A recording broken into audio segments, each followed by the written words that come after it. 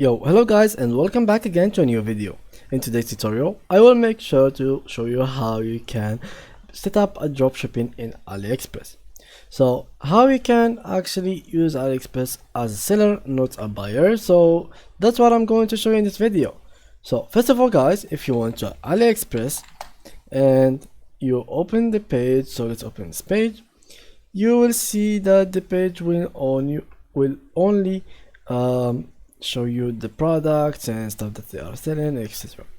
And even though when you create an account, you will not find that option of like selling and making your own store of dropshipping in AliExpress. So what you could do, well, what I suggest you to do is just open your browser, go to AliExpress. I don't suggest that you use this on your phones because it doesn't work on phones. So first of all, you go to your PC, then you open your browser, you go to AliExpress, and then from there you'll find let's at least make this language in French or in English so we can understand well. I think here let's make it English. So now as you can see, you find here sell on AliExpress.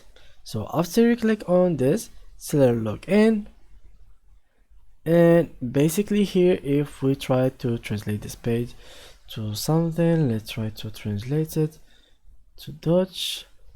Login, let's make it something else. So choose another language and let's make it English. English, we have to find English in here. So English, here it is, translate.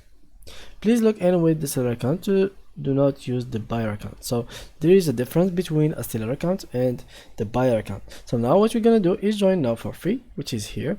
Now you put your information, select the country, for example Spain. Here you put your mail, login, password, and second password, and then you complete your informations, and then they will review it.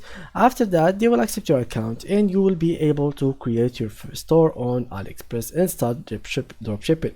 So yeah guys, that was how you can make dropshipping on AliExpress. So thank you a lot for watching and see you in the next video.